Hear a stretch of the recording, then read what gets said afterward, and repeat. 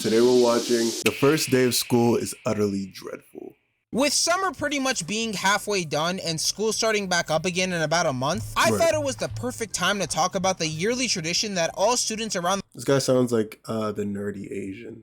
the world face every 9 months. The first day of school. The first day of school can either be one of the craziest and most eventful days of the year, or I don't know, them niggas that get to boxing on the first day of school, y'all have straight animosity in your heart. You have to be going through the most difficult bullshit in the house, like at home. Like, I know your dad must be drinking too much, or your mom must be tweaking on you to be boxing on the first day of school. What has you so mad, nigga?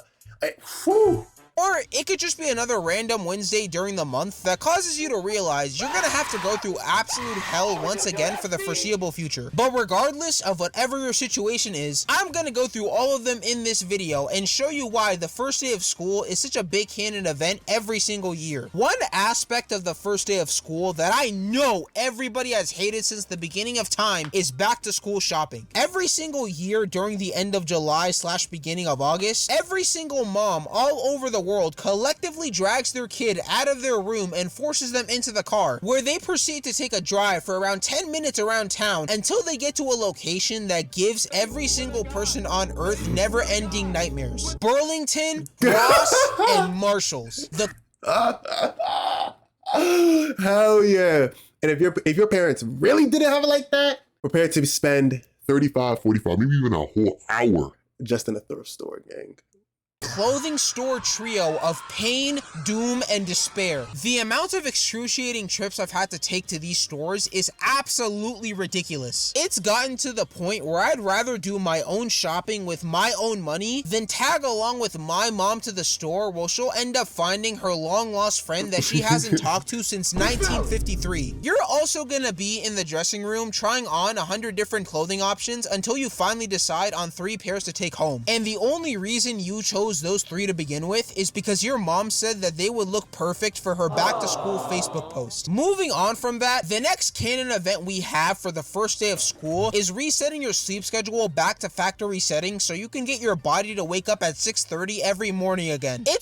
Bro, that is something, yo, I don't know about y'all. I go to sleep around about 1 o'clock, maybe 12. Whew. Bro, I'll be waking up at like 6 o'clock in the morning, 6:45 latest. And I just be like, damn, bruh. No alarm needed. Pretty well known at this point that the majority of people during summer have absolutely no idea what in tarnation a sleep schedule is. I'm betting that half of you watching this video have been waking up at 12 to 1 p.m. at the latest for the last 2 months and a half without skipping a beat. Hell, I know someone that's been waking up at 5 p.m. every single day for the entire summer without fail. Son, what are you even waking up for at this point? The whole day is already over. Something else I have to talk about is the night before the first day. I genuinely think the night before the first day of school is one of the most nerve-wracking and out-of-body experiences you'll ever have. I'm somebody who takes very precise and intentional actions when it comes to crafting my essential back-to-school outfit. I basically turn into Pharrell when this nigga said that he makes sure that he specifically picks the drip. I feel that. I didn't have no drip back in high school, gang. Not a drop. Not a singular drop. And the only crumbs, the only sprinkles of water, the only bit of sustenance that I'd ever get in terms of drip was from my older sister.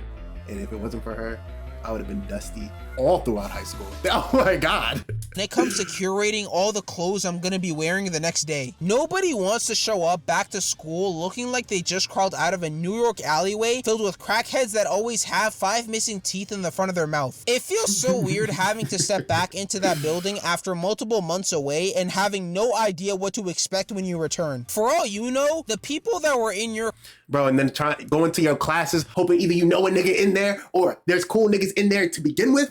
Last year could have had some insane character development from the last time you saw them. And once you see them again, it's like they transformed into a completely new person. I knew a guy that came back to school with the most insane glow up I've ever seen in my life. I mean, he legit went from like a 3 to a damn near 9 out of 10 in just one summer. And suddenly every single girl that wanted nothing to do with him were hitting him up in his DMs, shooting their shot every other day. The next thing I briefly wanted to mention is getting your class class schedule for the first time. I can guarantee that everybody has had at least one terrible scheduling block for one of their classes. I'm talking a class filled with NPCs, none of your friends being in there, and the most boring and uninteresting teacher that you've ever had the displeasure of knowing. The worst scheduling block I've ever had is math first period, gym second period, English third.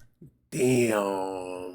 Gym 10 to 9 in the morning is not it. It's not, bro. It's not. The best time to have gym, it has to be either before or after lunch, right? Or your damn near last period. And then finally ending the day off with physics. Man, junior year me was getting absolutely torn to shreds every other day. And if what I just described happens to be you this school year, I'm sorry to tell you this, but that's tough, my guy.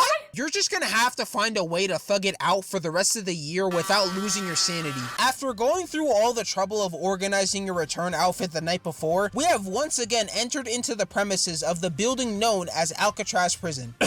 My bad, I'm in school. Walking back inside the school hallway after being gone for 3 months genuinely feels like seeing your ex again after already having broken up 10 times already. The sudden realization that you once again have to deal with the same old BS. This Haguruma clip will always hit, boy. This Haguruma clip will live in my mind rent free. Inside of school is a pain that can only be described as absolutely soul-crushing. First off, we have the popular girls making every single loud joke you can think of at 7:20 a.m. in the morning. Talking about it! That was cute. I will never not be annoyed at hearing, "Are we besties?" or "My friend likes you," be the first thing that they ask me when I enter in my class for the first time. If you've watched my school popularity video, then you already know exactly what kind of kids I'm talking about. If you've been on TikTok recently, then you've already seen all the quote-unquote popular girl phrases that have been used by everybody and their mother for the AI has to get taken away from everybody, me included. Oh my god. last month and a half. You really can't be off TikTok for more than like 3 days, or you'll legitimately end up missing 15 different memes, 7 trends, and 4 different people getting exposed for some absolutely heinous crime. Like, can someone please explain to me what in the hell "quiet on the creek" means? I don't know why half of these phrases end up becoming popular memes in the first place. There's also this trend I've heard about called the obsession dance, which, last time I checked, obsession is about a woman literally getting stripped of both her soul and physical autonomy because an incel bird brain loser was too scared to get rejected. What the hell is there to even be dancing about? Anyways, I'm getting off track. Unfortunately, the popular girls are not the only thing you have to worry about during your first day. You also have to deal with finding where all of your new classes are located once you get your schedule, and have to go on an uncharted level treasure hunt trying to find all the room numbers. If you've gone to the same school for a few years now and already know every single room number and classroom like the back of your hand, then this problem won't really apply to you that much. But for someone like me who's moved quite a bit in his school life, there is nothing more nerve-wracking than going to a new school and trying to find where your first class is located. During my sophomore year, I transferred to a new school because we moved that summer. The first class I had on my schedule was chemistry, and I thought it would have been super easy to find where my class is because the science building was directly next to the main entrance. At least, that's what I thought beforehand. Because despite knowing that information, I still ended up taking 15 minutes trying to find my class. The number system on the rooms kept throwing me off, so I didn't know if 2200 was downstairs or on the other side of the property in the portables. I must have lapped the entire school like 3 times before finally finding my class and walking in 30 minutes late. And if there's one thing you never want to end up doing in school, it's coming to class so late that every single person gives you a Ghost Rider level death stare that makes you imagine some of the worst nightmares you could ever conceive. Now, one thing we all know about the first day is that depending on how your teachers introduce themselves to their class, the rest of the year could either be light and manageable or pure unadulterated prison labor. And even if they do change their behavior for the better later on in the year, the first day introduction can usually give you a very clear prediction of what kind of shenanigans you'll be dealing with. Now, I'm not saying that teachers can't change the way they operate their classroom if things aren't working out the first few months, but as